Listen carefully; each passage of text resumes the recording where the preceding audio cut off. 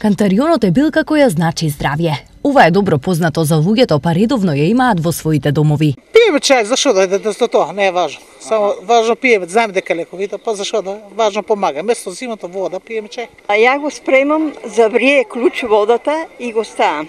Така како. А кантарионово масло правите ли? Да, имам.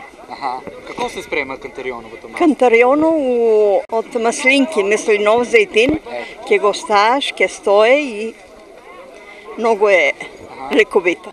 Ако случајно вашите резерви од кантарион се намалат, можете да ги потполните купувајќи од градскиот пазар. Секаде е убав, не едино покрај патиштето е загаден. Ви одека го берете овај кантарион? Јас ово ми е од Чаварлија горе кај Никоман.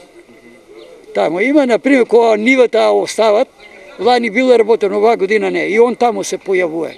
101 година, 2 и го снема тамо. После се преселя исто така на работно земјиште, иначе по неработно земјиште не никнува. Здравствените придобивки кои ги имате од кантарионот се благодарение на флавоноидите, етеричните масла, танини, фенолните карбоксилни киселини, каротеноидите, фитостеролитите како и витаминот С.